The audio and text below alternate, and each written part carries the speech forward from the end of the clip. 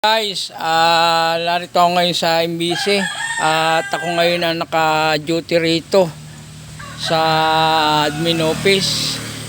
Kita naman ninyo kahit na may bagyo pero ang panahon dito sa amin medyo makulimlim.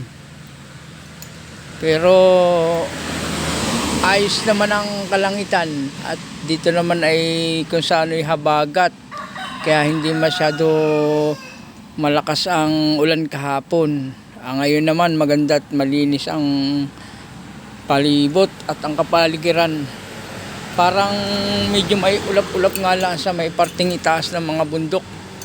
At narito ako ngayon naglilibot-libot at chine-check up ko yung mga hayop na alaga. Alam mo na, nagmamasid-masid.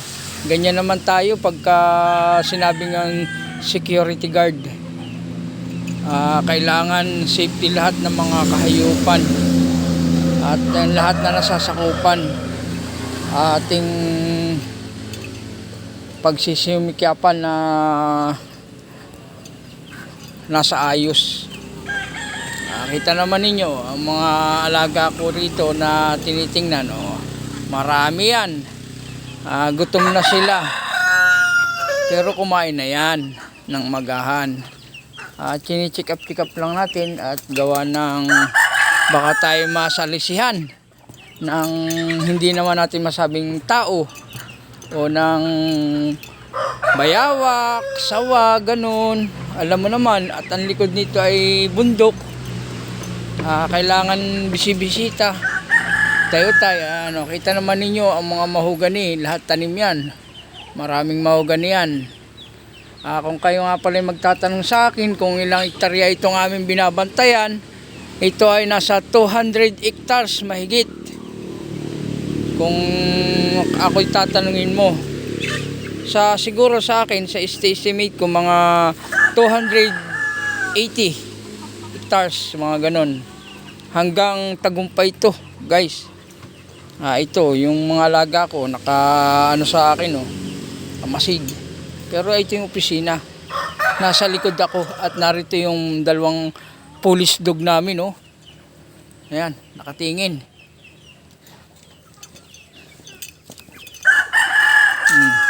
Ito naman ninyo palibot. Kailangan chine-check up din yan. Hindi lang basta tingin. Baka nagkukulang na. At hindi pa naman ako nababa dun sa entrance sa resort talaga. Kasi dun yung kabilang yon ay beach yun. Beach resort, tabing dagat. Yung nakikita ninyong yun, may mga bahay dun. Yan ay yung mga kwarto na mga log-in at doon naman ang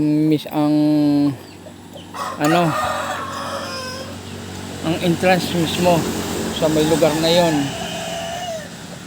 Kung makakapunta kayo rito, maganda rito sa lugar na ito at dito malamig. Dito lang ang malamig sa amin kasi mapuno pa. Dagat na yan, guys. Ayan naman, highway na yan. Naroon ng information. Ayun, kita. Naroon ng information sa lugar na yon. At dito naman, dito sa may parting ito na may mga garahe. Dito naman yung office. Dito ako nakatalaga sa opisina. At ngayon wala yung ating mga ibang kasama rito at siyempre may kanya-kanyang trabaho. Ako ang naiiwan.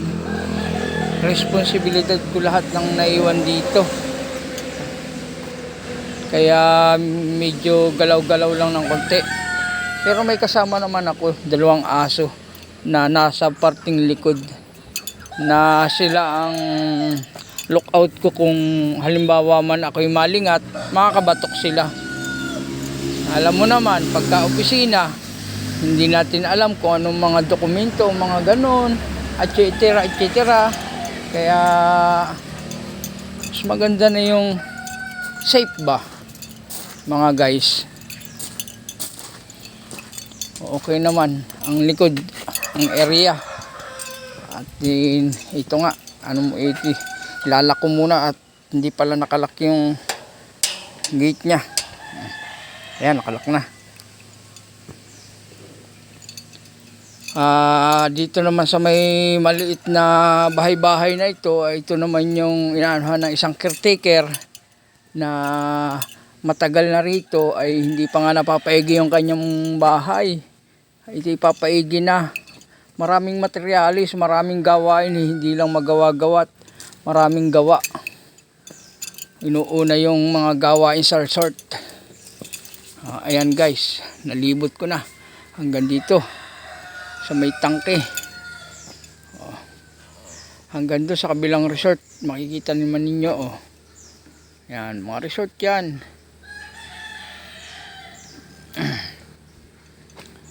Ayan pa yung isa kong aso sa right side niyang admin.